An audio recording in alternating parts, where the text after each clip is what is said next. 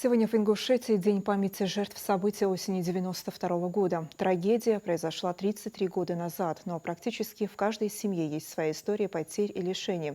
Глава Ингушетии Махмуд Али Калиматов обратился к жителям республики. Цитата. Уважаемые жители республики, Хамсар Мехкхой, сегодня мы вспоминаем трагические события осени 92 года.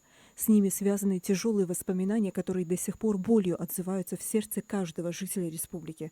И все наши усилия должны быть направлены на то, чтобы подобные трагедии никогда не повторялись. Ежегодно в этот день на территории мемориального комплекса Уазот-Кашмыш проводится сах, читается коллективная молитва, совершается зикр. Сегодня Ингушетия развивается и движется вперед благодаря труду жителей республики и поддержке президента России. Мы строим будущее своими руками, трудимся, поддерживаем друг друга и стремимся к благополучию и процветанию республики. Пусть единство и сплоченность всегда остаются нашей опорой и силой, помогая сохранять мир и стабильность ради будущих поколений. Да алберт цхагума и штолдвей, бейны чарях дал гештолд дал уазот куабл долцар. Амин.